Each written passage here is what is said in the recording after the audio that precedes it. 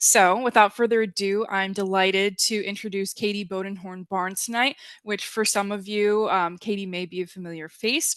She is our resident genealogist at HSP.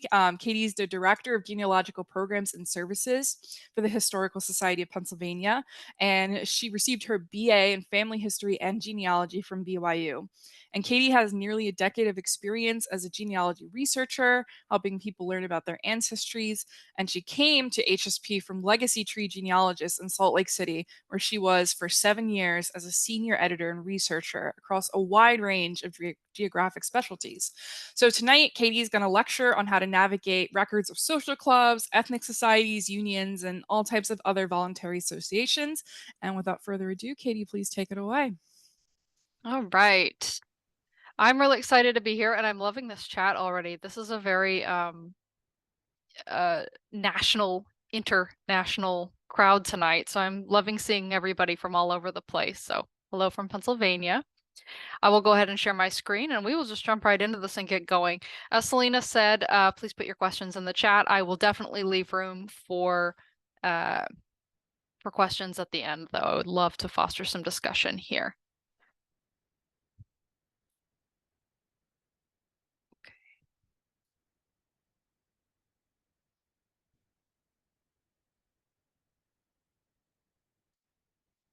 All right, here we go, guys. Welcome to Finding Your Ancestors in Voluntary Association Records. Let's just start off, as Selena kind of hinted at to begin with, what are we even talking about tonight? Voluntary association is kind of a really vague term, and that's kind of intentionally so, given the topic tonight. What do I mean by voluntary associations? Very broadly here, I'm talking about formal groups that people form centered on mutual interests or objectives. They can include some of the categories shown here, such as benevolent societies, fraternal organizations, charities, clubs, and lineage societies, but there are, of course, many, many others. These different organizations serve different roles, and they had different processes and all sorts of things going on with them. So they may have had elected positions or not. They may have had formal membership roles that survive, or it might have been handled more loosely. They may have had application processes or annual or monthly dues that had to be paid, or they might not. So since we're going to be covering a lot of different topics tonight, a lot of different types of groups, I'm going to break it down for you to keep things simple into three basic categories of types of voluntary associations. Number one is social. And what I mean by this is probably the broadest category of all. I'm just talking about groups that are primarily formed for people to meet up with one another, share interests, share politics, share goals, something like that. Whereas charitable, group number two, as its name suggests, is for an organization where people got together with the specific objective of helping alleviate social ills. Maybe only amongst their own members, or maybe more broadly in their own in their bigger communities. And then group number three is a category that I'm calling mixed. These are people that do both. Sometimes organizations were created for social reasons or for a specific group of people, but one of the benefits of being in that group actually was charitable. So we will continue talking about this. And one of the reasons that I'm talking about these records tonight is that HSP has a ton of these kinds of records across all of these categories. I think it's a really underrated resource, both in genealogical research and as something that HSP has in spades in our manuscript collections. So a little historical context as we move on about what kinds of groups, what these groups' characteristics might be.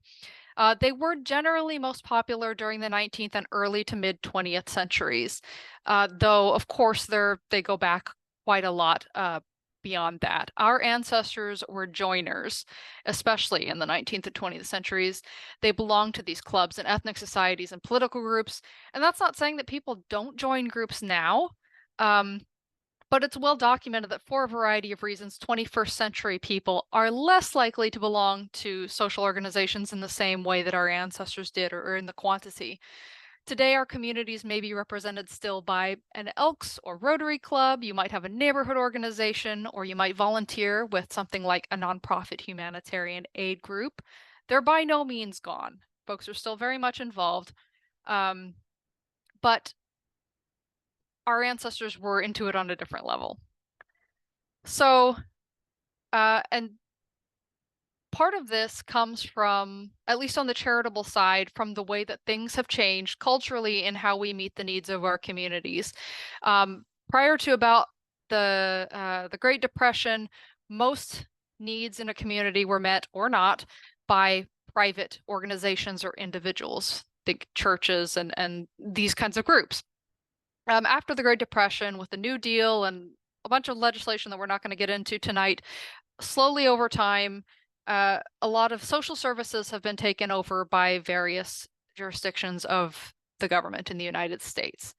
So, we're talking about the period here then when people kind of had to rely more closely on each other and their direct communities, and there wasn't a lot of other help as far as, social resources for them, especially when we're talking about charitable organizations. I also want to point out that these are private records. And I say that as opposed to public records, meaning that in the United States, with a lot of the records that the government has created, there is some kind of expectation that those records are public and that you should be able to get access to them. These records, having been created by individual organizations and people, aren't necessarily something people are entitled to have access to. So these are records that were deposited at HSP. Most of them are not restricted in any way, so you can access them now, but that's an important distinction to make. Now, as we're talking about these different kinds of groups, it's important to keep in mind some historical realities here, that historically, the earliest formal type groups of all kinds centered on white males, but almost all had some kind of membership criteria, which at times could include exclusionary practices based on race, class, and sex. As one example that I've mentioned in a past lecture, there was an organization, actually, I think I'm going to be talking about it tonight. Got my lectures confused. There was an indigent women's aid group that we'll talk about a little bit later that provided help to elderly women who were widows and couldn't really provide for themselves anymore. And that was centered in Philadelphia. However, it was not for all women. You had to be Protestant, among other things, and you had to be of a very specific sort of social class. They did not, maybe ironically, take the poorest of the poor.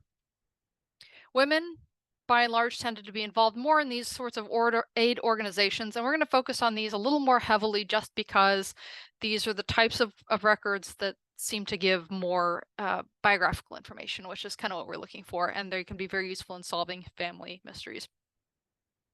And finally, kind of related to the earlier bullet point, while these groups were not limited, certainly, to middle and upper social classes, they did tend to kind of be more common among them. Folks who had more disposable income, more leisure time to practice hobbies and to get involved in politics and such.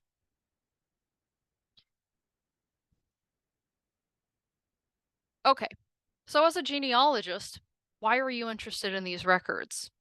Well, because they're also different and they can contain a bunch of different information, there's no one-size-fits-all answer for why these might be useful to you and your specific family tree. But there are a couple general principles here about how these records can help you. One is that they'll provide new information you didn't have. As we'll talk about tonight, there are records in here that will identify parents of orphans.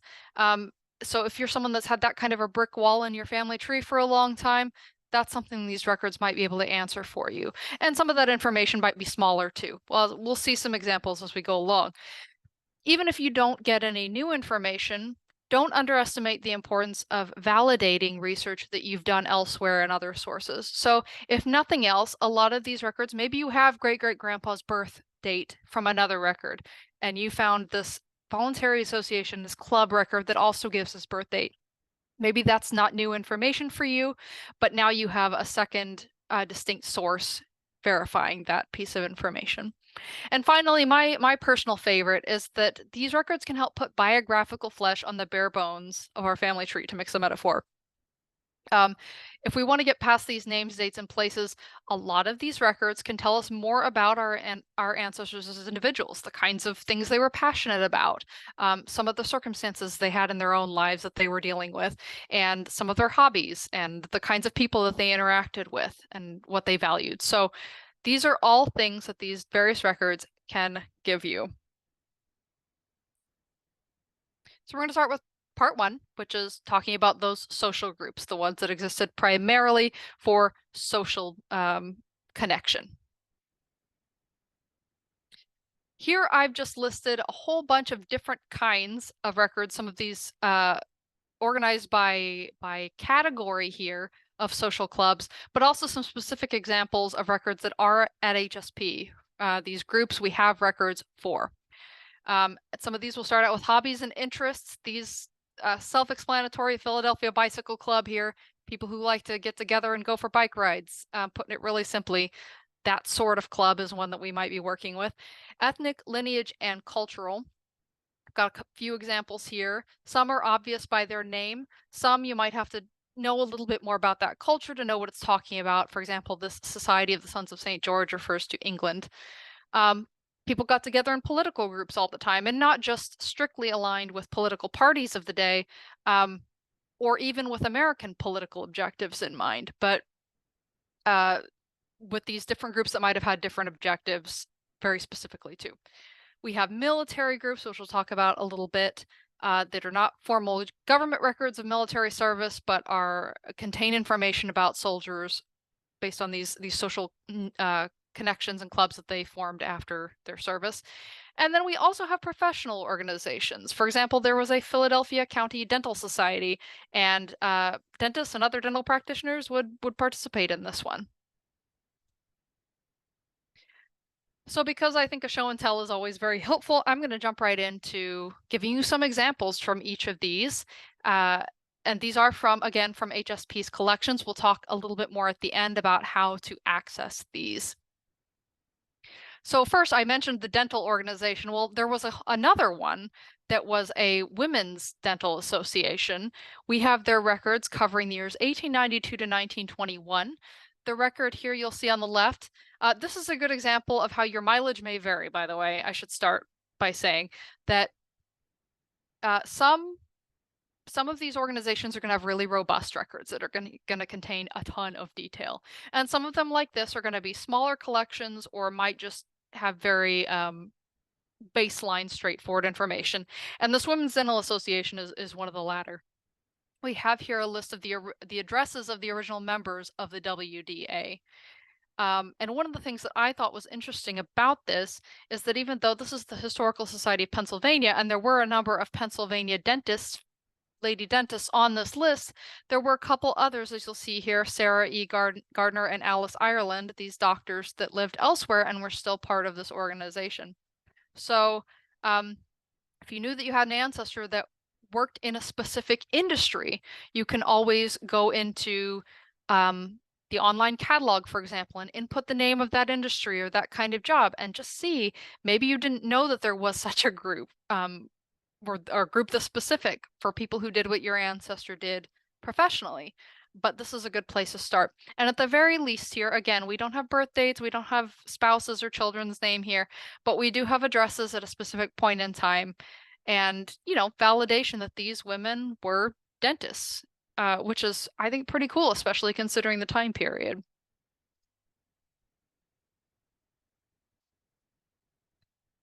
Now, on the other end of the scale are those really, really detailed records that I was talking about.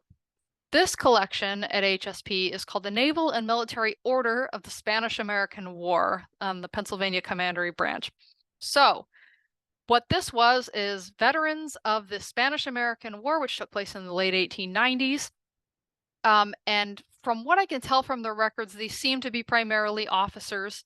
But I will walk you through a couple pages of these applications for membership that are included in the file. Especially in comparison with, the last slide, there's a lot more here to work with. For example, we've got this application. This is just the first page that in 1911, Charles Robert O'Leary applied for membership in this organization by virtue of his service. He said he was born in Harrisburg, Pennsylvania. He furnishes his exact birth date, and it also gives his grade or rank in the service and his enlistment.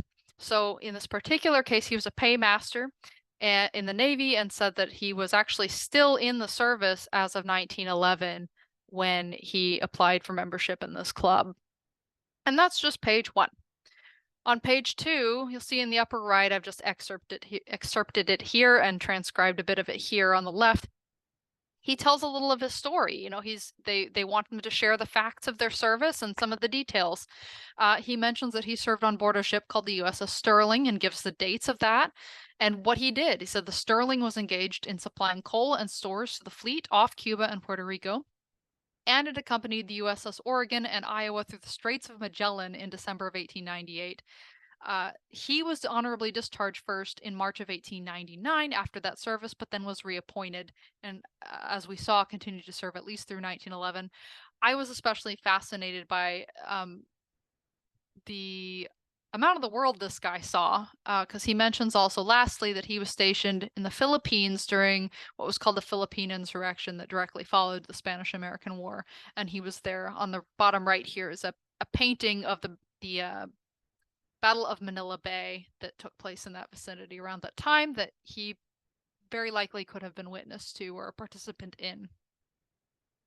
And it goes on. There's a whole section in this naval application here for what they call additional facts. Items concerning the applicant's life before or after his entrance into government service. It goes all kinds of biographical detail here. So he reiterates that he was born in Harrisburg and again gives his birth date. But he also talks about his education, which is not always something you get in historical records from this period. He mentions the private school and the public schools in Pittsburgh that he attended, and that he graduated from Georgetown Law, and that he initially was a lawyer before he joined the Navy.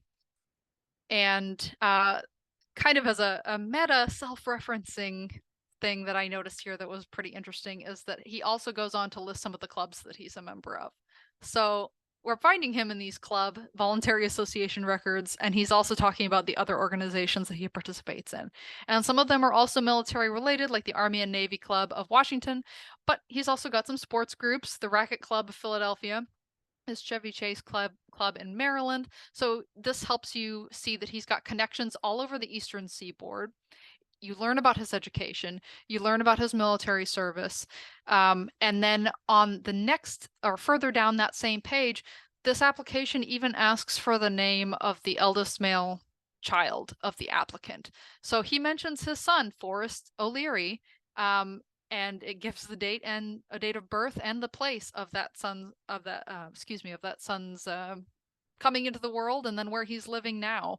So we know that his son here would have been, let's see, this is 1900. Interestingly, if he's only about 11 years old, he's already at Mount St. Mary's College in Emmitsburg, Maryland. So I've actually seen some daughters listed in here too, even though it says name of eldest male lineal. So you can see the contrast there between those dental records and these Spanish-American War records. Both of them are these private records created by these groups that people wanted to join for their own reasons, but the amount of detail contained in them is very different.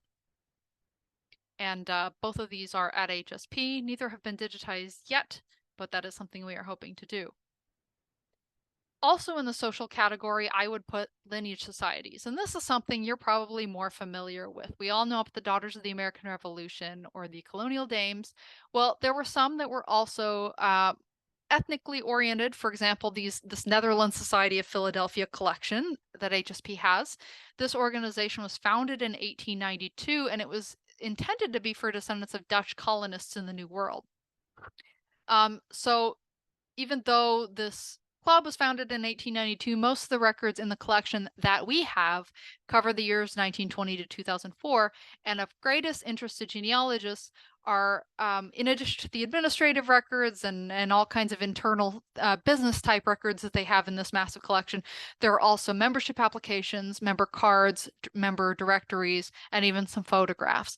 So I like to include this example here because the applicant himself, who's trying to join this lineage society, was born in 1858, and he then proceeds to trace his own ancestry back several generations to the person that he believes is his Dutch ancestor. Now, some of these files contain some of the genealogical proof materials that lineage societies often require. Um, in earlier years, not all lineage societies were as particular about proof and evidence as they are today, so that may not necessarily meet the same standards that you would like to see now, but this is one of several ethnic-based lineage societies that we have records for at HSP. I know there's a Swiss one, there's a Swedish one, um, several Italian ones. So check out the catalog again and see maybe if your ancestor might have joined one of these. And I did want to make a quick note as we're talking about ethnic societies and ethnic groups that people form. I think there's a tendency sometimes being removed from that culture to think that these ethnic groups were monolithic, meaning that they all kind of, despite being from different places and different generations, that they all kind of gravitated to the same groups and felt this sense of unity that they may not have felt. I recently read this really great book by Russell Kazal called Becoming Old Stock, The Paradox of German American Identity. It's actually centered on Germans in Philadelphia, so it hits really close to home. But it talks about how these Germanic migrants from what is now Germany came to Philadelphia, and they interacted or not in very different ways depending on their class. It's not just religious differences, but it was class differences, whether they were white collar or blue collar. Um, their political beliefs might separate them, and so you might think, for example, we have a German Society of Pennsylvania. Not all Germans or German speaking people that came to Philadelphia would have been interested in participating in that group. It just may not have been, their people, quote unquote, depending on their different needs and beliefs. So keep that in mind. I definitely do recommend reading this book to give you an idea of, if you're looking for your ancestor in a certain kind of group and you're not finding them, um, it may just be that they had different perspectives that they did not feel were addressed by the group they were joining.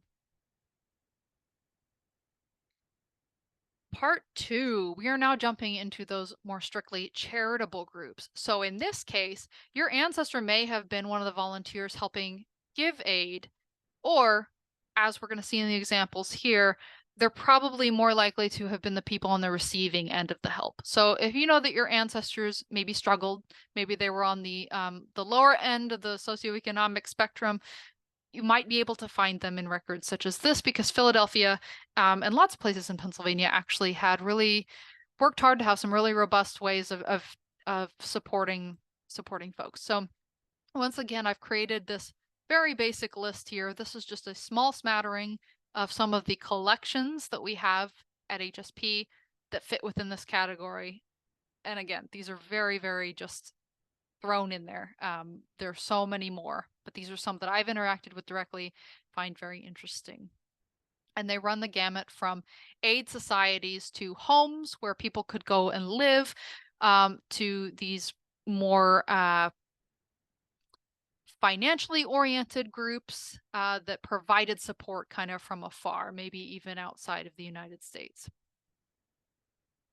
So first we're going to talk about that Indigent Widows and Single Women Society I mentioned earlier. We have the records of the society, and also actually this painting, watercolor painting by David J. Kennedy, that depicts one of the buildings that this home was located in during the 1870s. So this group, as its name suggests, and as I mentioned earlier, was designed to help support older, widowed, or unmarried women who had fallen on hard times. And again, these were very specific type of people, very waspy, white, Protestant primarily. They didn't typically give a lot of help to Catholics or people of other races. And they did expect you to be a middle class woman who had fallen on hard times. So if we're going to start, we can see how these records would have interacted with some of the other more widely available records that you're probably more accustomed to using. We're talking about our case study here, Miss Fanny Hobart Gray. We have a death certificate for her from 1917 in Philadelphia, and we also have a death notice from the newspaper for her. Both agree that she was living at and died at the Indigent Widows and Single Women's Home. Um, and of course, this provides her maiden name. These are all clues that we want to take stock of to make sure when we're looking then at the organization's records that we're identifying the right person. So with this information, I was able to go into the application books of the Indigent Women's Society, from which I learned that Fanny Gray in 1902 applied at age 65 to come and live in the home and be supported. And again, your mileage will vary on the amount of detail that these organizations give, but this is on the more detailed side. We have Fanny's address at the time she applied, and even the name of her address and near relative. So that death certificate had mentioned that her father was a Hobart, which suggested that that was her maiden name. Well, here she's listing a brother named Henry H. Hobart, which is, further evidence there that that's probably the same woman. She mentions that she's a widow, and it even includes how she might have been employed prior to this. Says that she was a translator of French Ladies' Home Journal. So she had those foreign language skills. She was keeping up. And it even mentions the religion that she belonged to. And then on the second page here, the committee will elaborate a little bit more on the circumstances that brought her there, and then ultimately their decision on whether to accept her or not. So these books, these application books for the Indigent Women's Society, are actually really interesting because even if your ancestor was not accepted, if she never was successful in being admitted to live there, her application is still most likely in here. For Fanny, they mention that she has no means and cannot secure enough work at translating to support herself now. Though she had a niece dependent on her, has only clothing to bring in. So is highly recommended. They mentioned by a religious leader that she has.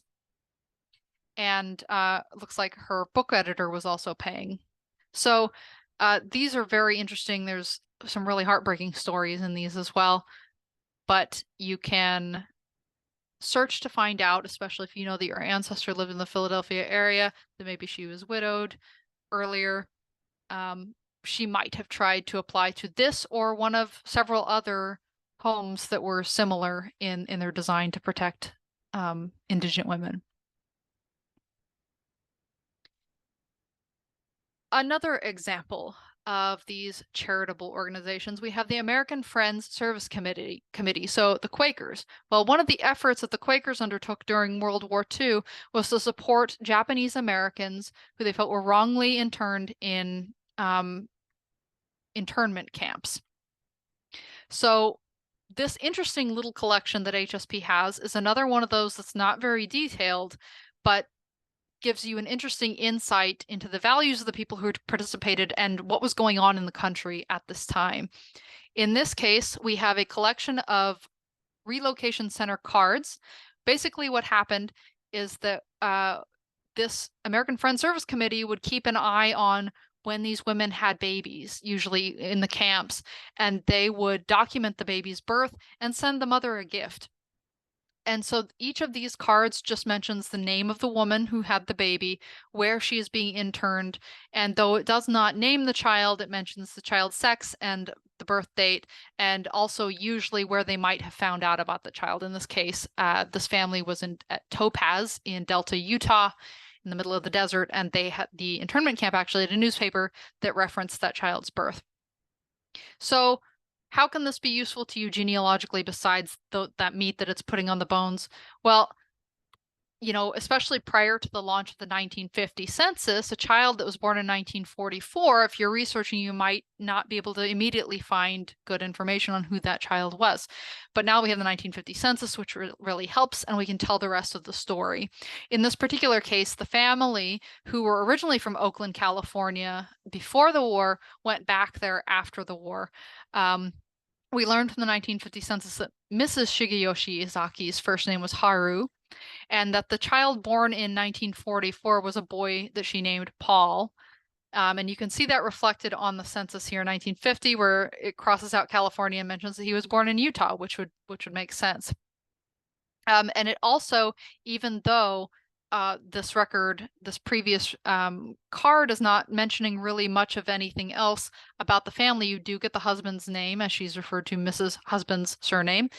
And you also get an idea now with this combination of documents what that family situation was probably like in those camps, in that the camp contained both the husband and wife, this boy that was born there, apparently their first baby, it looks like, and also the husband's mother, and that they had a child that seems to have been born after they left. So this is a good example of how you can use these voluntary association records in conjunction with the records that are more commonly available that you might already have access to. And again, this is an example of one where this is giving you more information about the person who received the aid than the person within the American Friends Service Committee who was actually rendering the aid. But a lot of these organizational records are also going to contain information about those people too, especially if they were in positions of leadership. As another example, we've got this. This is an ethnic society. This is from Peckville, Pennsylvania. They call it the Abraham Lincoln Mutual Aid Society. And if you see the phrase Mutual Aid Society, that's usually a good tell that this is going to be a small, close-knit organization that exists to provide benefits to its members. And that was the case here. This is for This was for an Italian-American group in Lackawanna County. This is another record group that doesn't have a lot of biographical information. You're not getting these robust application records like we would see earlier in some of these other collections. But one of the things that was included in this collection that I thought was very interesting was a notebook including the names of members of this society who were serving in World War I and their addresses where they could be reached, the military addresses. So again, this is good verification if your ancestors served in the World War and where they might have spent some time undergoing training or where they might have been stationed before, or if they never went overseas. Fun fact about these records too, they are kept in the creepiest reaches of HSP's basement storage. HSP is massive and it is a labyrinth of so many interesting rooms, including some really scary ones that are just kind of hiding in the dark. So I went through some scary things for you guys to try to find these records. Okay. And then part 3, we're going to talk about the organizations that tried to combine those social and charitable goals and do both. And again, these are common, as we kind of saw with that Abraham Lincoln Mutual Aid Society. They're common among certain ethnic groups or religious groups that kind of stuck together. So their goals typically are to foster the conservation of the culture and have those social events, but also to provide concrete support to members of that culture. Again, here's a list of some of the records, some of the groups that we have represented at HSP. You can tell by the names of most of them generally what ethnic group they're relating to. And some of these, as I noted, still exist in some form today, though we may not have their more modern records, usually don't. So another Italian organization I wanted to point out then fits in this category. This is the Maria Santissimo del Soccorso di Sciacca Lodge of Norristown, Pennsylvania.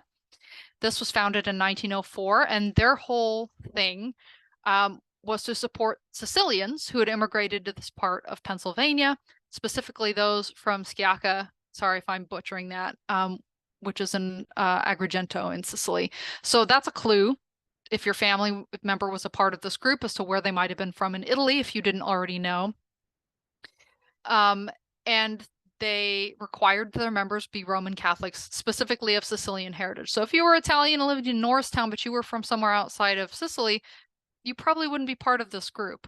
But what they did for this individual, we've got this gentleman here, Gaspar Barone, though he was listed as Jasper Barron on his death certificate in Pennsylvania. We have information here on his death and the names of his parents here. And that's interesting because even though this lodge's records about Gaspar are in Italian and not very detailed about him biographically. They do mention that he died on the 20th of July, 1939, which is verification. Um, and they also mention, I don't know if you can see this up top if it cropped it.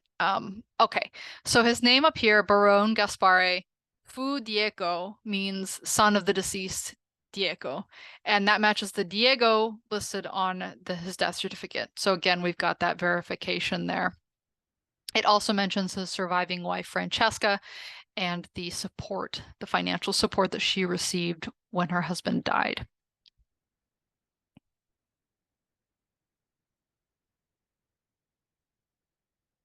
Okay. So we've kind of gone through the show and tell portion. How do you know then if your ancestor was involved in one of these groups? Especially since so many of these records are not online, or they're not indexed, they're just not as easily accessible. Um, so you kind of want to do your homework about the person to start with to find out, you know, if they left other records that might have described their participation in these groups. It doesn't always happen, but it might be more frequent than you think. And I'll show you some examples. Newspapers, and not just obituaries, but newspapers in general are a great resource, and yearbooks. I'll talk about home sources and oral history, as I've got pictured here. Headstone designs, and there are actually books written about this now, can be really helpful with this because depending on the group your ancestor was in, the headstone might actually mention the name of the group or use symbolism known to belong to that group. So this E.F. Duncan here has a headstone denoting his participation in the International Order of the Odd Fellows, and William E. Brigham here on the bottom was a Mason. So those are some of the bigger, more well-known, obvious ones. Not all organizations are going to have these little symbols that help you, but that is a place to start. And knowing your local social history will help. As we saw kind of with the previous slide with that Sicilian group, if you happen to know that your ancestor ended up in a community where there were a lot of other people, a lot of other immigrants, for example, from kind of a similar location, there's a good bet that there probably was some kind of group to serve those people. So even if you don't know off the top of your head what that group is, when it was founded, what its name is, you can use some keywords and go on the hunt to see if you can find one. Hold on, I'm struggling with these slides. For the newspaper example, I've snipped a few of them for you so you can see here. Frequently, this here is an obituary from 1950. Dr. Ferdinand Upshur died, member of American Legion. He was a Mason, a member of the Odontochirurg. Oh, I'm so sorry. I should have practiced this word before this lecture. This big, probably medical society, and the Pyramid Club, which was historically an African American social club. So obituaries can be a great place to find those things. Sometimes there are articles in the newspaper that are about death, but they're not obituaries. So in this case, this Anne Holden who died, this deals with her estate and the estate of her husband. And these were very giving people who, when they died, decided to leave large quantities of money to each of these different groups. So you can assume, perhaps, that Anne was a member of these groups, or, you know, why? So Society of the Sons of St. George, maybe she was of English descent. There are things or clues you can use to try to look for her in other records or learn more about her life just based on the things that she valued doing with her money. Sometimes newspapers would report on the activities of the groups, and this might be non-specific. It may or may not actually mention people that were participating in the group, but it can still give you an idea of what that group was doing and what services and what kinds of fun things they were offering to their members. In this case, this was a Polish group in Pittsburgh. This little snippet from the newspaper in 1911 was talking about the election of their new officers. There are others that talk about picnics that they had or other fundraisers. And finally, if you're just not even sure what might have existed at the time, for example, the Philadelphia Inquirer in 1902 here just had a list someone published of some of the soup houses in the city where you could go and get a meal. And it even gives the addresses so that if you know where your ancestors were living at the time, you know they were struggling, they might have gone and received aid from one of these organizations, depending on the area.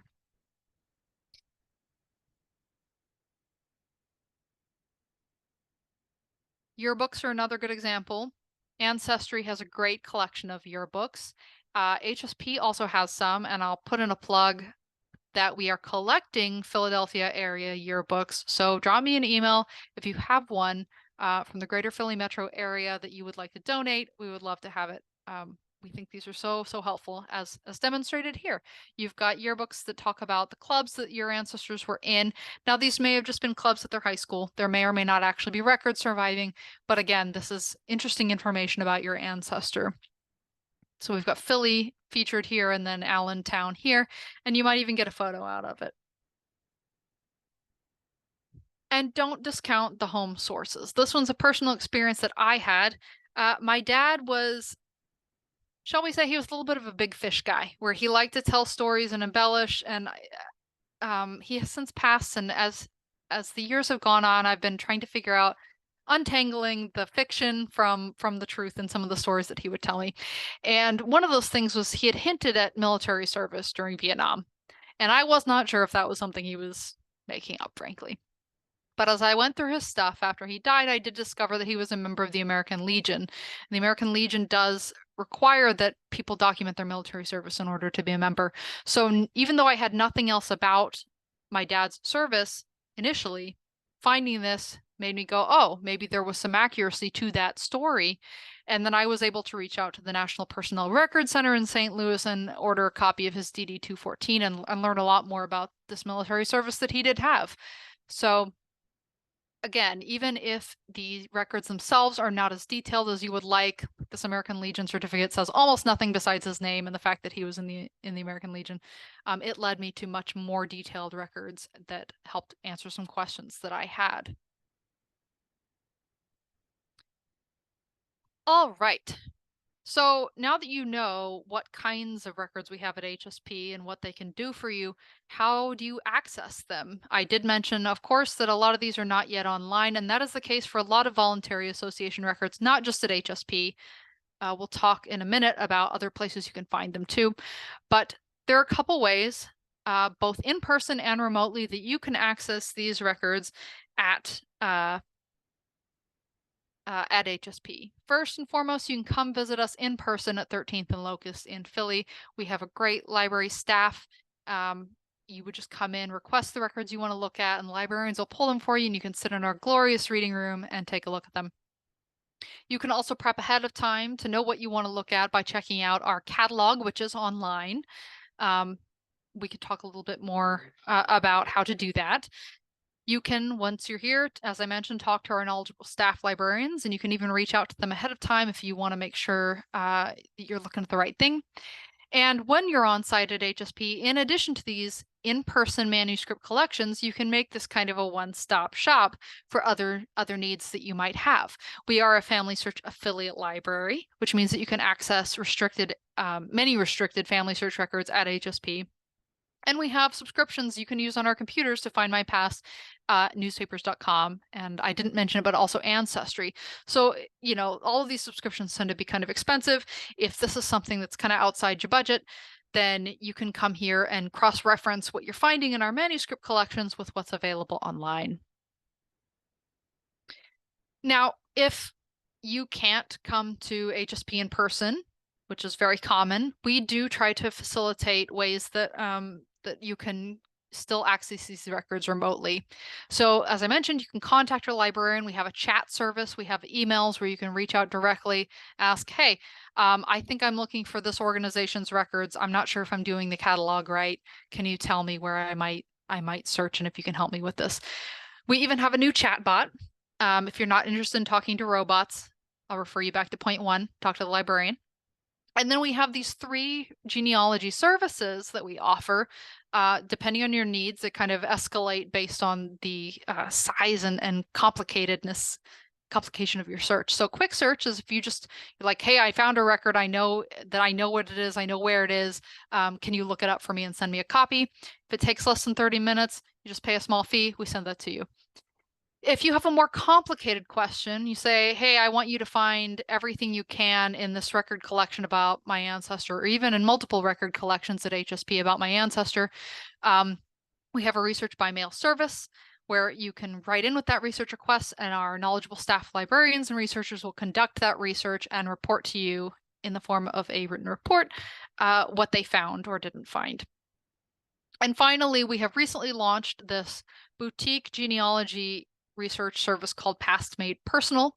This is a high-end kind of way more a way more in-depth process where it starts at a minimum of 25 hours. You get images, you get a written narrative report, you get a Zoom call with the genealogist. This is if you really want to dig into your ancestry, not just specific questions, and it doesn't have to involve HSP. It can, but your ancestors don't even have to be from Pennsylvania to do Past Made Personal. And all of these are on our website if you want to learn more about these services. So outside of HSP, where else might you find voluntary association records? Because we don't have everything. We are dependent kind of on people donating these materials to us, or sometimes we can acquire them by purchase. In either case, there are going to be lodges and individual groups that we don't have, but they might be somewhere else. So if your family is from Western Pennsylvania, I strongly suggest that you check out the Heinz History Center in Pittsburgh. I happen to know from their catalog, they've got a lot of very similar records pertaining to people who lived in the western part of the state. Right now, the Library of Congress, through the end of the year, is having a fantastic exhibit called Join In that is exactly about voluntary associations. That'll give you more of the historical context about that. Other historical and genealogical societies, meaning other state societies or even more local historical and genealogical societies, are likely to have these kinds of records. University special collections will too. I think I put this on the handout that Penn and Temple, for example, have some great collections as well that relate to this topic.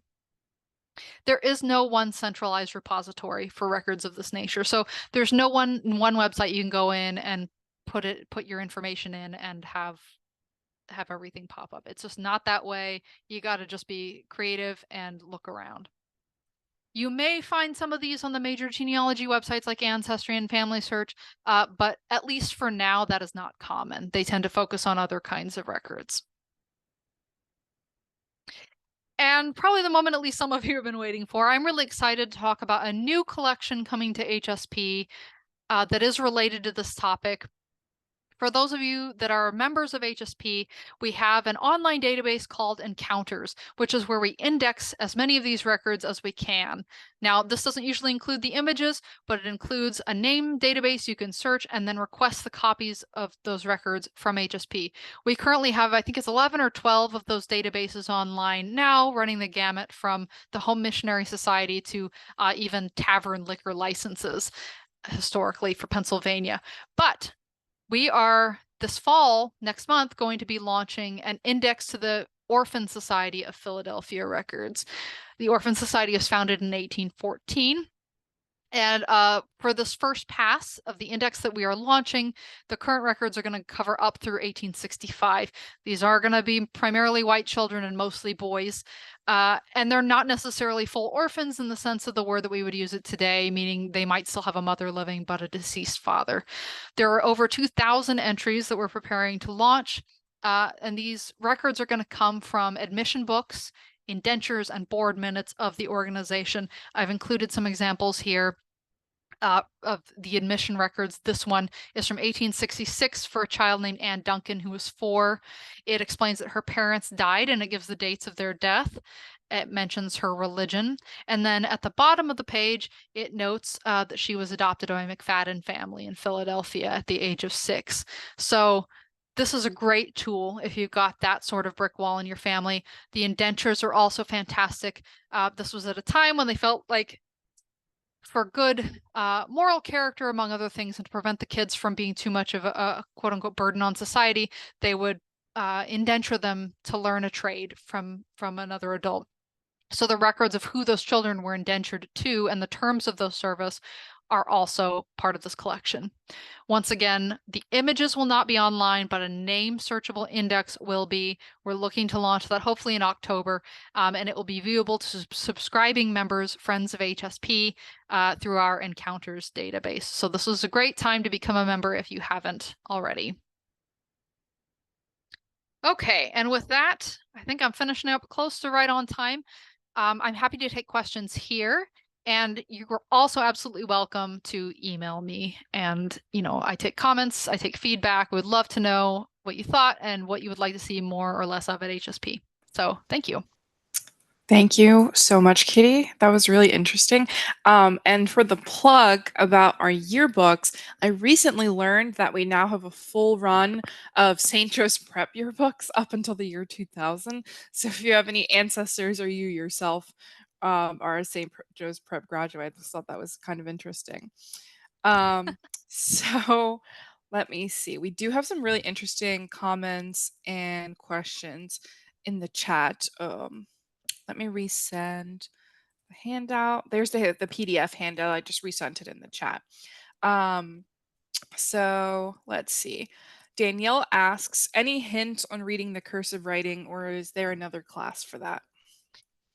We do intend to have a class on that in the future. In the meantime, I can recommend script.byu.edu. I will put that in the chat real quick.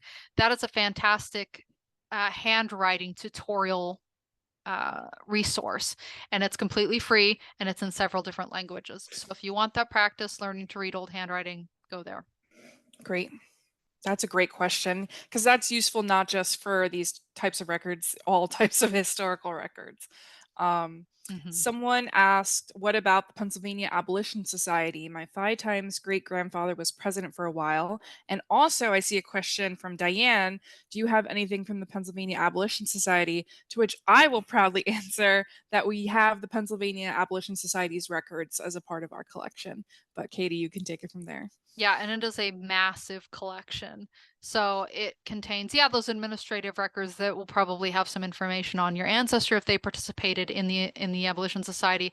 But they are also beautiful as far as the manumissions and indentures that they have freeing enslaved people, and documenting their labor contracts going forward. So really, it's a treasure that you should come see. And yes, we do have that. Great. Susan asks, is Albert named after your ghost? I love that question. Albert is named after our ghost. For those who may not know, at HSP, our building has notoriously been haunted by a few ghosts, including one named Albert, who was a former HSP employee. He was a cataloger, and I want to say around 1910-ish, Katie. And I think that's right. I haven't met him myself. He allegedly haunts the office next to mine, but yeah, Albert is named after him. Um, I love that let's someone knew see. that. I know. This Janice asks, are these types of records considered primary or secondary records? Well, I would think of them more in terms of primary or secondary information within those records. So, obviously, if we're talking about that Indigent Widows Society, if the widow herself is reporting on an event like the name, well, or a fact like the name of her brother, you can consider that primary information. She's giving that information directly, and she's in a position to know that. But, you know, there's going to be other information in there that is secondary. Uh, and again, it really varies from organization to organization. We have time for one or two more questions. Allison asks, is there a complete list in the catalog of associations? That's a good question. Yeah, it is a good question. There is not currently a list of all of these in one place. All of these are mentioned in the catalog. If you went into the catalog and searched mutual aid societies, it would pull up a list of all of the records of mutual aid societies we have at HSP, but it does require you to keyword search. There is currently no one-stop shop for that. But it's a And good idea. then that is a great question, great idea. And Joanne asks, do you have anything on Jewish societies? Yes, I believe we have some Jewish labor organization records at the very least. Could not mention nearly a fraction of everything we've got, but I do know. Drop me an email and I can recommend some of the specific ones that we have for you. Right. I think we're just about out of time. If you have a question that comes up later or a question that we did not get to, please feel free to email Katie. Her email is on the screen, but it's also kbarnes@hsp.org, and we can put that in our follow-up email. We'll also be sending out the link to the recording of this video if you'd like to rewatch it or re-review anything, and we'll also send the handout in that email as well. So, I think that's all for us tonight. Thank you for joining us and showing up and spreading the word. You are supporting our work, especially as we try to preserve these records and educate the public about them going into our 200th birthday. And a particular thank you to our members. Your support is critical to this endeavor, and we hope to have you celebrate with us next year. So make sure you subscribe to our newsletter if you're not already and you want to learn more about our birthday celebrations. I will drop that in the chat. It's hsp.org/enews. And a reminder that our 4-week genealogy class, Rudo 201, begins next Tuesday. Katy is the primary lecturer, but there are also some guest speakers that will be featured there. And I see in the chat people who need to get back to HSP. Yes, and we want you to come back and we want to see you. We're excited to have you with us. So tell your friends who'd like to have on this genealogy journey with you too. We hope to see you again soon. Have a great evening, everybody.